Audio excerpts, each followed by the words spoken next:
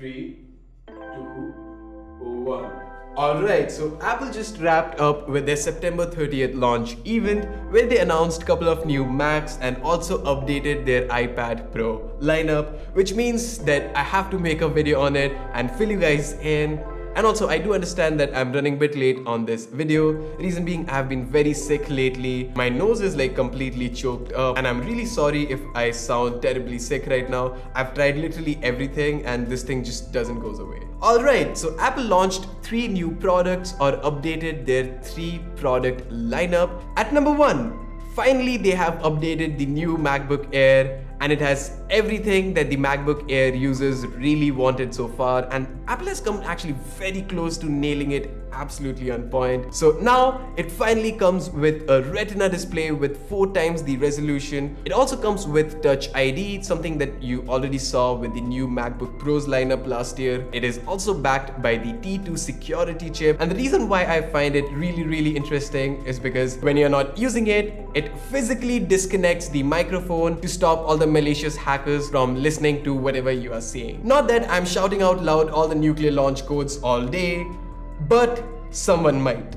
But something that is actually more interesting is that what this laptop packs on the inside. So it finally gets the Intel 8th generation i5 dual-core processor. Now it's a fanless design, so we really have to look out for how it really does with the throttling issues. But alongside that, it also packs in with 16GB of RAM and up to 1.5 terabytes of flash storage. But where it really hurts the most is the 2 USB Type-C Thunderbolt 3 connectivity ports. You just get only 2 USB Type-C ports and that's it. Now it's Thunderbolt 3, so you get a lot of expansion options. You can connect a high-end external GPU, you can connect it with high-resolution monitors, faster data transfer rates, and a lot of good things surely.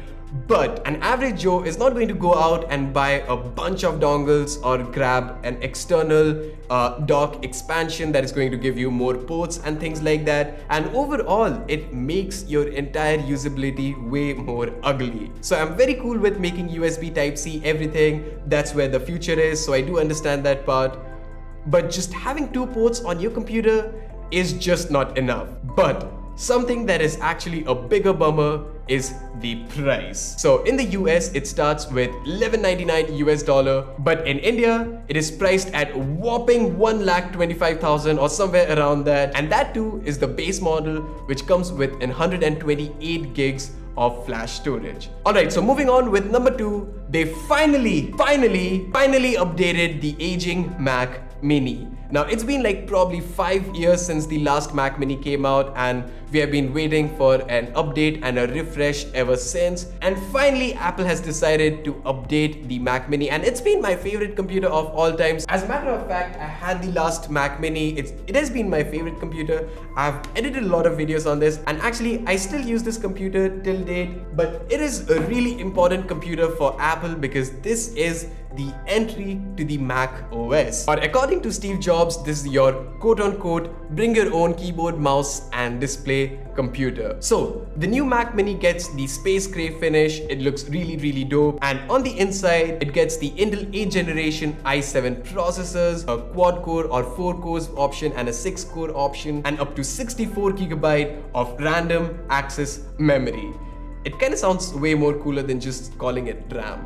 And the best part about this is that these are SO-DIMM slots, so these are user replaceable and upgradable. And alongside that, it is also configurable up to 2 terabytes of flash SSD. You also get the Apple T2 security chip, the same as the MacBook Air. Moving on with connectivity.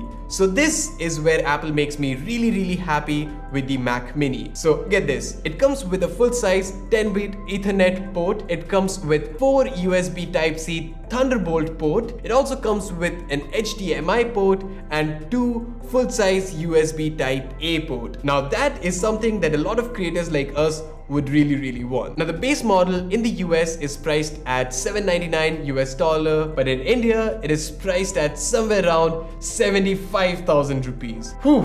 And at number 3 is the iPad Pro. Already the great, already the greatest. Apple has been already killing it with the previous generation iPad Pro, and this one just takes it a leap forward. Now it comes in two different size variants, 11-inch and 12.9-inch, but something that is more interesting is that now they have replaced Touch ID for Face ID, which actually lets Apple to shrink down on the size of the bezel and cut down up to 25% of the footprint. It also comes with the same liquid Retina display, the same as the iPhone XR, and it is also backed by the A12X Bionic chip. It has 8-core CPU, 7-core GPU, neural engine, 5 trillion operations per second, and all that dirty nerdy stuff. But out of everything, I didn't really expected Apple to do this early, but the iPad Pro ditches the lightning port for USB Type-C. Now I do understand everything is going to turn to USB Type-C eventually, but I didn't really expected Apple to do this so soon. The 11-inch iPad Pro starts at $799 and the 12-inch starts at $999, which in India would easily translate over 1 lakh and things along that nature.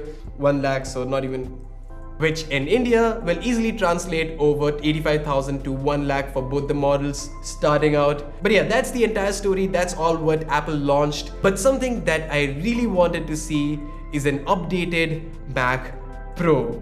The last trash can Mac Pro came out like since forever, and Apple has literally forgotten to update their Mac Pro lineup. But anyway guys, that's been it. It's been a bit long video. I hope you guys enjoyed. If you did, do make sure to give this video a huge thumbs up and subscribe to my channel if you haven't already. And I will see you guys in the next one.